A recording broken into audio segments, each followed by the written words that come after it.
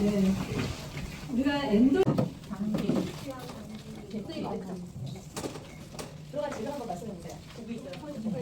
당귀, 성분, 발약, 흑지황, 황피, 계피, 갈근, 건강, 간소, 배추. 네, 배추는 다 아시고 여러분들 이렇게 우리 한의사님이 아주 그냥 깔끔하게 잊지 말라고 얘가 숙지황이에요. 보셨죠? 얘는 노를 9번 구중구포 한 거라고 그랬죠? 지황, 생지황. 생지황은 뭐 만들 때 도움이 된다고 그랬죠? 경호포 만들 때 지황, 지황 두 글자로 하시면 되고요. 이렇게 이렇게 해서 넣으시면 됩니다. 아까 선생님도 넣으셨어요? 숙지황은 어딨어요? 숙지황을 넣고 주의하실 건 한약에는 이렇게 수분이 없기 때문에 이거 버무릴 때 손을 다칠 가능성이 있기 때문에 조심조심 버무릴 거예요. 선생님 넣으시면 네, 손으로 펴시고 그 다음에 선생님도 반 조금 안 되게 여기다 넣어주세요.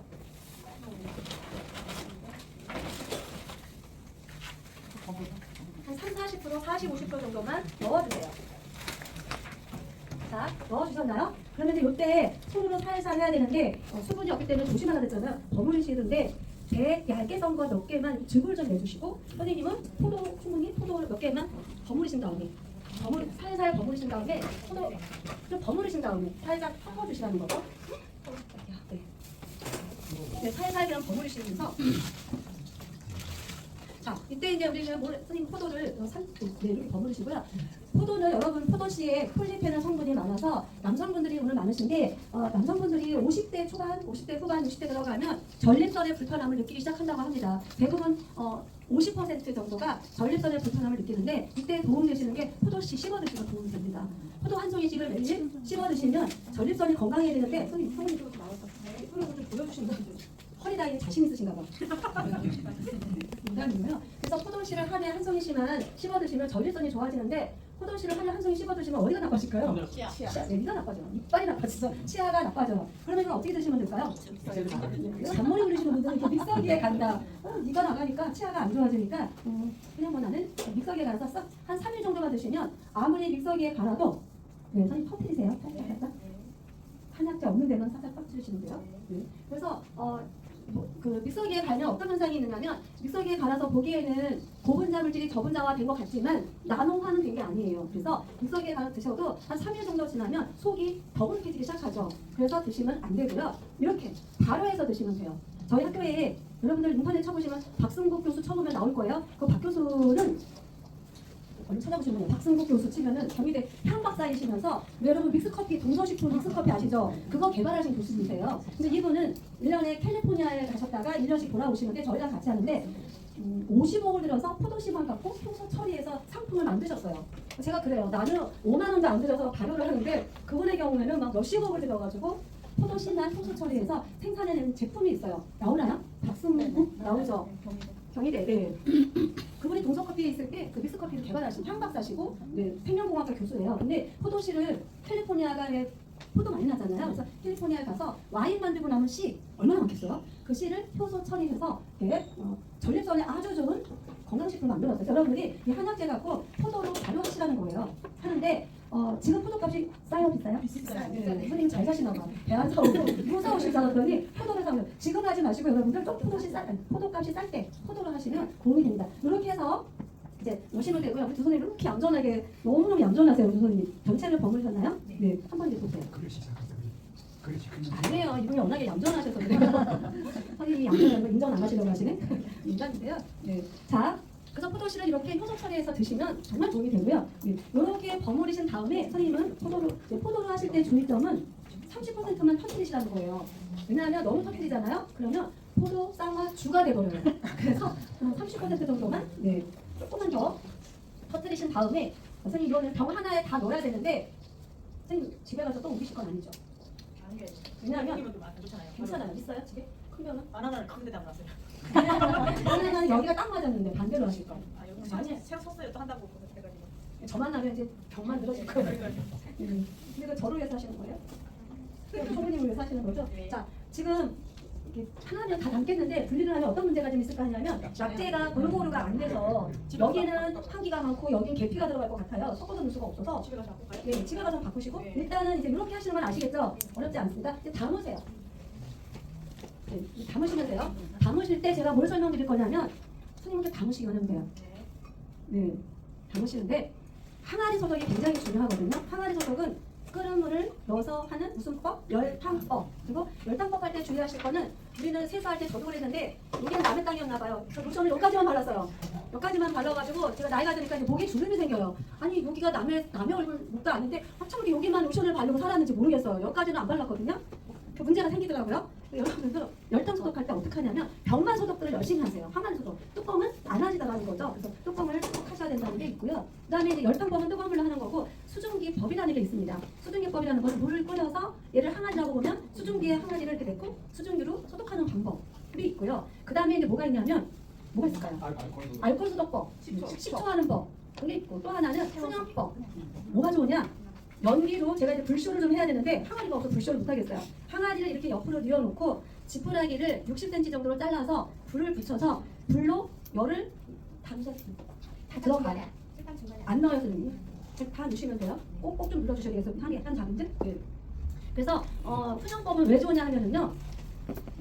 그 항아리에는 숨쉬는 구멍이 있다 했잖아요. 그래서 우리가 김치 담았던 항아리, 된장 담았던 항아리에다가 발효를 하면 발효가 잘 안 돼요. 특히 식초는 그런 항아리 뭐 담았던 항아리에 하면 안 돼요. 왜냐하면 항아리 그 안에 숨쉬는 구멍이 있어서 소독을 아무리 잘해도 그 안에 그 균이 그대로 있어요. 그래서 뭐를 해야 되느냐? 지푸라기로 불을 펴서 열로 소독하는 게 아니라 연기로 멸균을 하는 거예요. 연기는 굉장히 가볍기 때문에 숨쉬는 구멍에 들어갈까요? 안 들어갈까요? 숨쉬는 구멍까지 들어갑니다. 그래서 뭐로 소독하는 게 가장 좋다고요? 지푸라기로.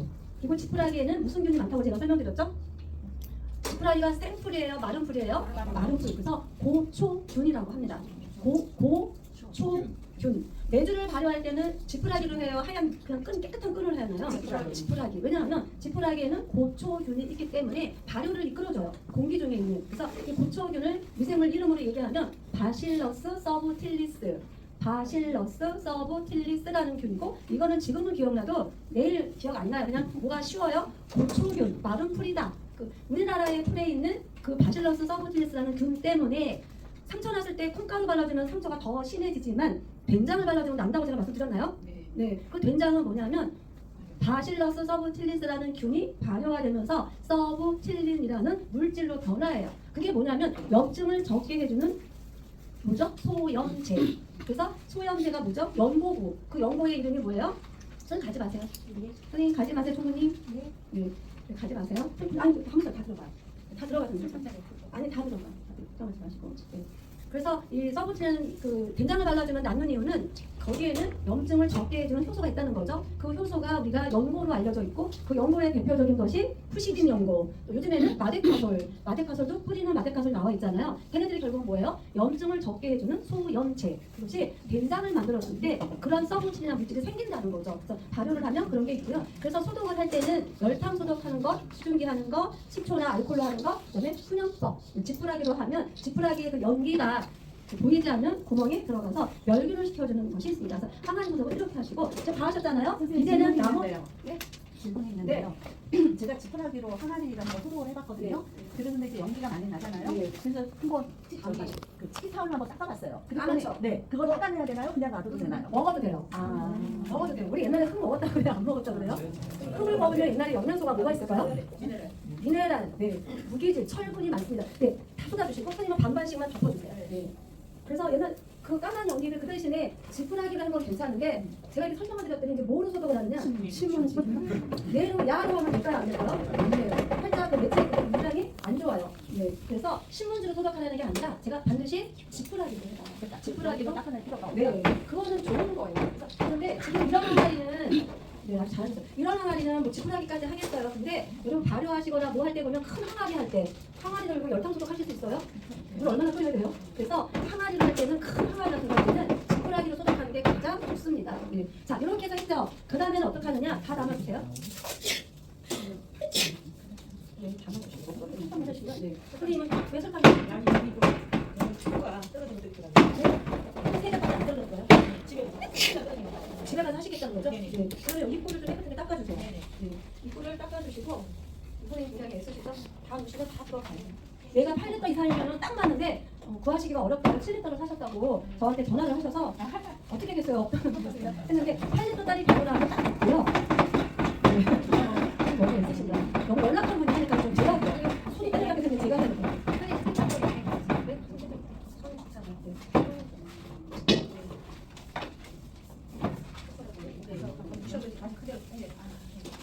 색깔이 굉장히 예쁘게 나오죠? 자, 이렇게 한다면은 이제 창호지나 면보로 덮어주셔야 된다는 거. 아닐 거예요. 선생님 여기 선생님 잘라주세요. 네, 잘라주시고 이거 2개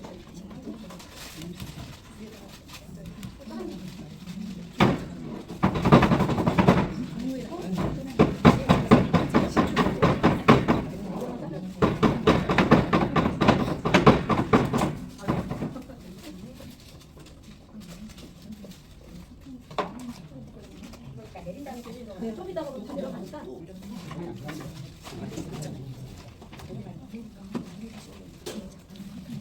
선생님이 볼펜을 쓰시겠습니까? 선생님이나 써주시고 선생님이나 써주세요. 자, 이 상태에서 선생님 거는 이건 좀 이따는 될 것 같고, 자, 이걸 지난번에 우리 바나나 식탁 해봤죠? 네네. 덮어주시고, 얘도 덮어주시고. 이걸 누가 가져갈 선생님 가져가실 거예요? 안 가져가시면 얘도 좀 찾아보겠어요? 우리 선생님 드릴까요? 선생님 가져가실 거니까 일단 집에 가서 이거 맡겨주세요. 공자가 어디 있어요? 세상에 그래서 이렇게 나와서 해주셔서. 근데 우리 같이 해준 선생님이에요. 어떡하죠? 다시 나누실래요? 아니요. 자, 얘를 그냥 다 옛날 선생님들 집에 가서 맡겨 주셔야 돼요.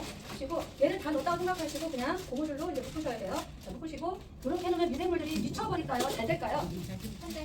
환장했는데 미쳐버리는 게 여러분 환장하는 게 뭐죠? 장이 뒤집어지는 게 환장하는 거예요. 그러니까 이 장이 튼튼해야 돼요? 안 튼튼해야 돼요? 이게 대답이 없으면 제가 환장하죠. 튼튼해야 됩니다. 네. 환장이 장이 뒤집히는 거잖아요. 그러니까 이렇게 예쁘게 선생님도 이렇게 해서 볼까요? 네. 이렇게 놔두면 발효를 하지만 발효는 되지만 발효가 이제 잘 안 돼요. 그래서 안 되긴 하는데 미생물들이 침수를 부릴 수가 있어요. 그래서 발효는 미생물 선생님 지금 마음 막 급하셔요. 공기가 통해지는 거예요. 손을 잘 썼어요. 공기가 안 통해야 돼요. 자, 공기가 통하는 발효는 매주 할 때는 공중에 매달아 놓거나 공기 통하게요. 꼭꼭 타파통에 담아놔요.